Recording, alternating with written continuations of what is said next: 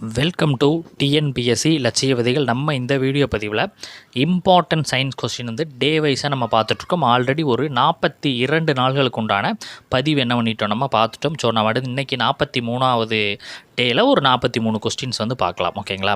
So இதை அடிப்படையில் sir உருவாக்குறீங்க அப்படின்னா நம்ம குரூப் 4க்கு மொத்தமாக சயின்ஸ் ஒரு 2000 கொஸ்டின்ஸ் அடிப்படையில் கொடுத்து அதிலிருந்து கேட்கக்கூடிய 10 கொஸ்டின்ஸில் மினிமம் ஒரு 5ஆவது அடிக்க வைக்கணும். மேக்ஸிமம் 7 வரைக்கும் போகலாம், 8 வரைக்கும் கூட போகலாம். ஆனால் மினிமம் 5 கொஸ்டின்ஸாவது இந்த 2000லேருந்து அடிக்கணும் அப்படின்ற அடிப்படையில் மிக முக்கியமான வினாக்களை தொகுத்து நாங்கள் கொடுத்துட்ருக்குறோம். ஓகேங்களா?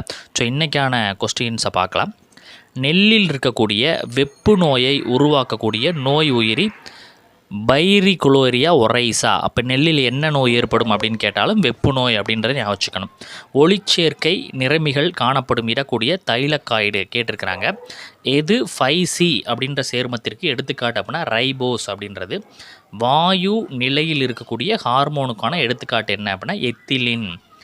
நீல்பகல் என்ற தாவரத்திற்கு எக்ஸாம்பிள் என்ன அப்படின்னா கோதுமை. குறும்பகல் தாவரத்திற்கு எடுத்துக்காட்டு புகையிலை தாவரம். 2 பார்த்து வச்சுங்க, கேட்பாங்க. ஓகேங்களா? ஸோ மலர்தலில் ஒளிக்காலத்துவ பதில் விளைவு முதல்ல கண்டறியப்பட்ட தாவரம் என்ன? புகையிலை. ஓகேங்களா? இந்த புகையிலையை கண்டறிந்தவர்கள் போர்ச்சுகீசியர்கள். ஓகேங்களா? ஓகே. ஒளி மற்றும் இருட்கால அளவிற்கேற்ப அமையும் தாவரத்தின் பதில் செயல் எவ்வாறு அழைக்கப்படுகிறது அப்படின்னா ஒளி காலத்துவம் என்று அழைக்கப்படுகிறது. உயர் தாவரங்களில் காணப்படக்கூடிய இயற்கை ஆக்சின் என்ன அப்படின்னா 1AA. உதிர்தல் என்பது எதனால் தடை செய்யப்படுகிறது அப்படின்னா ஆக்சின். நிலத்தில் உள்ள களைகளை நீக்க பயன்படுவது 2,4-D. இதை வந்து கேட்டிருக்காங்க. ஓகேங்களா? இலை துளை மூடுவதை தூண்டுவது அப்சிசிக் அமிலம் அப்படின்றது. நெற்பயிரில் கோமாளித்தன நோயை உருவாக்குது ஜிப்ரலின். இதுவும் கேட்டிருக்காங்க. ஆக்சின் அப்படின்றது எதை தடுக்கிறது அப்படின்னா உதிர்தல். சிக்மாய்டு வளைவு வரைபடத்தில் விரிவான வளர்ச்சி நிலை எவ்வாறு குறிப்பிடப்படுகிறது அப்படின்னா விரைவு நிலை. நெற்பயிரில் பக்கானே நோயை ஏற்படுத்துவது ஜிப்ரலிக் அமிலம். முனை ஆதிக்கம் என்பது எதனால் ஏற்படுகிறது அப்படின்னா ஆக்சின். தாவர ஹார்மோன்கள் முதலாக என்ன கண்டுபிடிக்கப்பட்டது அப்படின்னா ஆக்சின். செயற்கை ஆக்சிஜனுக்கு ஒரு எடுத்துக்காட்டு NAA. 5C சேர்மம் அப்படின்றதுக்கான எக்ஸாம்பிள் சைலோஸ் பாஸ்பேட். ஒரு மூலக்கூறு குளுக்கோஸ் முழுமையான ஆக்சிஜனேற்றும் போது வெளியிடப்படும் ஆற்றலின் அளவு 2900 கிலோஜூல். இதையும் கேட்டிருக்காங்க. EMP வழித்தடம் எனப்படுவது கிளைகாலிஸ். இதையும் கேட்டிருக்காங்க.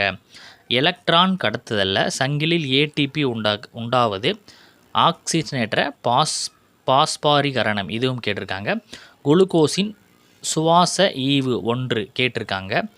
குளுக்கோஸ் 6 பாஸ்பேட்டாக பாஸ்பரிகரணம் செய்யும் நொதி ஹைசோசைனஸ். ஓகேங்களா?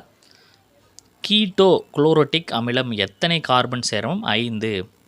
பைருவிக் அமிலத்தின் ஆக்சிஜனேற்ற கார்பன் நீக்கவினையை ஊக்குவிக்கும் நொதி பைருவிக் டிஹைட்ரினேஜன்ஸ். முழுமையான ஆக்சிஜனேற்றம் அடையும் குளுக்கோஸிலிருந்து கிடைப்பது 38 ATP. இதுவும் கேட்டிருக்காங்க. சிஸ் அகோனிட்டிக் அமிலத்துடன் நீர் சேர்க்கப்பட்டு ஐசோசிட்ரிக் அமிலம் வினையில் ஈடுபடுவது அகோனிடேஸ் அப்படின்றது. ஃப்ரக்டோஸ் 1,6 பாஸ்பேட்டை தலா 3 கார்பன் கொண்ட 2 மூலக்கூறுகளாக பிளவுறச் செய்யும் நொதி ஆல்டோலேஸ் அப்படின்றது. குளுக்கோஸை பிஸ்பாஸ் கரணமடைய செய்யும் குளுக்கோஸ் 6 பாஸ்பேட்டாக மாற்றப்படைய செய்யக்கூடிய நொதி ஹெக்ஸோகைனேஸ். காற்று சுவாசத்தினுடைய முதல் நிலை என்னென்னா கிளைகாசிஸ் கேட்டிருக்காங்க. ATPயின் மிகை ஆற்றல் பிணைப்புகளின் எண்ணிக்கை 2.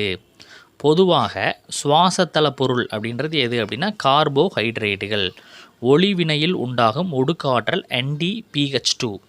மாண்டா தாவரம் எவ்வகை தாவரம் அப்படின்னா தொற்று தாவரம். E3 வழித்தடத்தில் CO2வை ஏற்கும் மூலக்கூறு என்ன அப்படின்னா RUBP.